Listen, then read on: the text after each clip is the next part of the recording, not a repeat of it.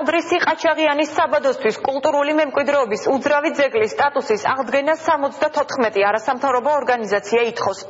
საყდრისი ყაჩაღიანის მაღარო არის საერთაშორისო მნიშვნელობის კულტურული მემკვიდრეობა. შესაბამისად მივმართავთ საქართველოს კულტურისა და ძეგლთა დაცვის მინისტრს დაუყოვნებლივ მკვეთრად და საჯაროდ დააფიქსიროს საკუთარი და სამინისტროს პოზიცია საყდრისი ყაჩაღიანთან დაკავშირებით. ნათქვამია მიმართვაში, რომელსაც ხელს საქართველოს ეროვნული პლატფორმის წევრი 66 არასამთავრობო ორგანიზაცია და 8 არაწევრი ორგანიზაცია აწერს. აუცილებელია რომ ობიექტზე გავზრდის პოლიტიკის კვლევები და შესწავლა ობიექტი, სამწუხაროდ ამ ეტაპზე ეს პრაქტიკულად შეუძლებელია და ვერ ხერხდება. შესაბამისად, ამ მიმართულებით თქვენი ნაბიჯები არადასადგმელი, უნდა მიეცეთ ხელობის სპეციალისტებს მონაწილეობა ამ პროცესში, რათა საბოლოოდ დადგინდეს ერთგვარი ჭეშმარიტება სინგულში რასთან გვაქვს საქმე. ჩატარდეს დამოუკიდებელი კვლევა, რომელშიც არ იქნებიან ჩართულები ეს მხარეები, იქნება აბსოლუტურად მიუკერძოებელი და შემდგომში უკვე აი ამ დასკვნის საფუძველზე ჩვენ ვიხემძღვანელებთ საზოგადოება და პირველ რიგში კულტურისა და ძეგლთა დაცვის სამინისტრო იხემძღვანელებს ამ